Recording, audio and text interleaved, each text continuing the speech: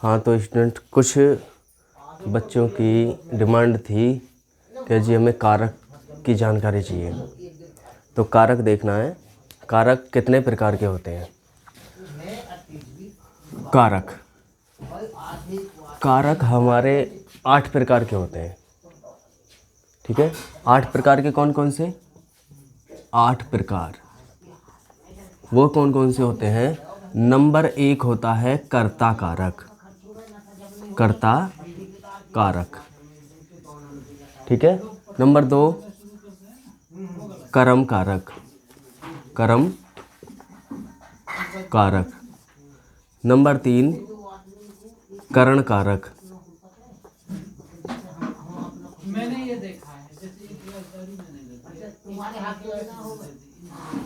Number 4 होता है संप्रदान कारक।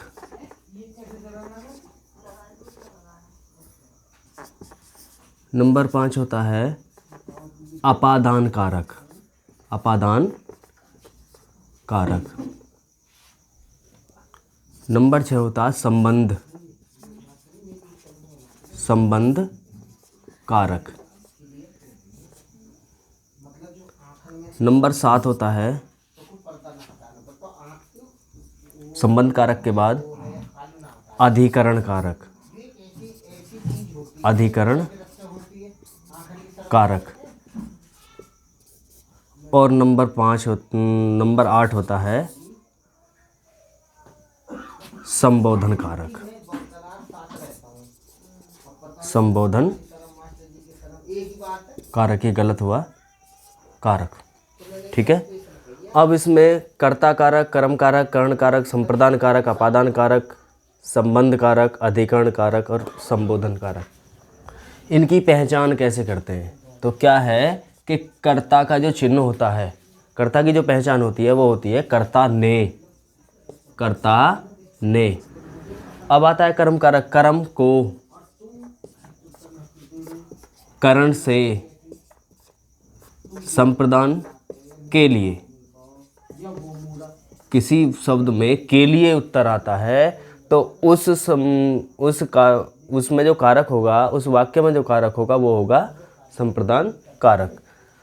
अपादान, से अलग होना। से अलग होना मीन्स जैसे कि पेड़ से पत्ता गिरता है तो इसमें कौन सा कारक है? अपादान कारक। क्यों? क्योंकि पेड़ से पत्ता अलग हो रहा है। ठीक है, तो इसके बाद आता है संबंध कारक। संबंध में क्या होता है कि संबंध का, की, के, रा, री और रे। इसके बाद आता है 7वां नंबर अधिकरण कारक।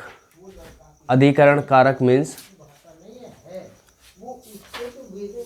जैसे इसके पहचान होती है वो होती है में, पे, पर। ठीक है, अधिकरण में, पे, पर। और इसके बाद है संबोधन कारक। संबोधन माने हे, अरे और भो। ठीक है, इसमें सबको दिखाई देता है कि कर्ता कारक, कर्ता ने कर्म को करण से संप्रदान के लिए, अपादान से अलग होना, संबंध का, की, रा, री, रे, अधिकरण में, पे, पर और संबोधन हे, अरे, भो।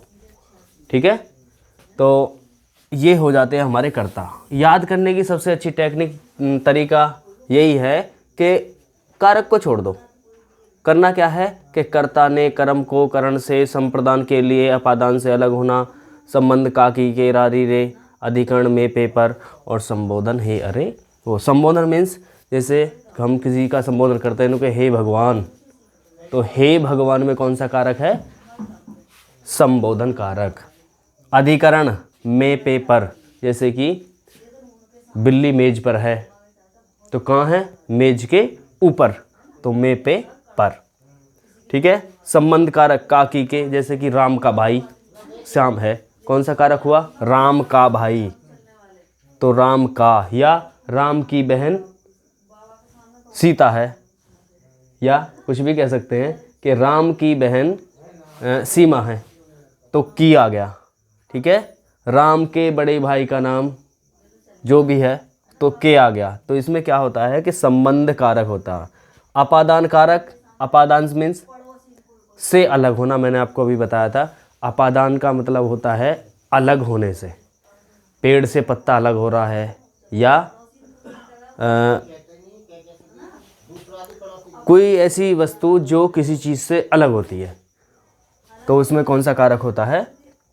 अपादान। संप्रदान कारक के लिए, जैसे कि मैं विद्यालय के लिए जाता हूँ, वह खाने के लिए फल लाता है, तो जिस वाक्य में के लिए शब्द का प्रयोग होता है तो उसमें संप्रदान कारक होता है। नेक्स्ट, करण कारक से, जैसे वह स्कूल से आता है, वह स्कूल से आता है, तो कहाँ से? करण से, वो करण हो गया। विद्यालय क्या हो गया? इसमें करण हो गया। अब आता है कर्म कारक को, वह विद्यालय जाता है, तो विद्यालय को जाता है। ठीक है, इसे हम उल्टा करें तो विद्यालय से आता है, तो विद्यालय से जो हो जाएगा वो करण कारक हो जाएगा, और विद्यालय को जो हो जाएगा वो हो जाएगा कौन सा? कर्म कारक। ठीक है, अब आता है कर्ता कारक। कर्ता मीन्स ने, कर्ता ने, जैसे राम ने रावण को मारा था, राम ने रावण को मारा, तो इसमें कौन सा कारक हुआ? कर्ता कारक। ठीक है, तो इस वीडियो में बस आज के लिए इतना ही। याद करने की तरकीब मैंने आपको बता दी। कारक को छोड़ दो, कर्ता ने, कर्म को, करण से, संप्रदान के लिए, अपादान से अलग होना, संबंध काकी के रारी रे, अधिकरण में पेपर, और संबोधन है अरे वो। ठीक है।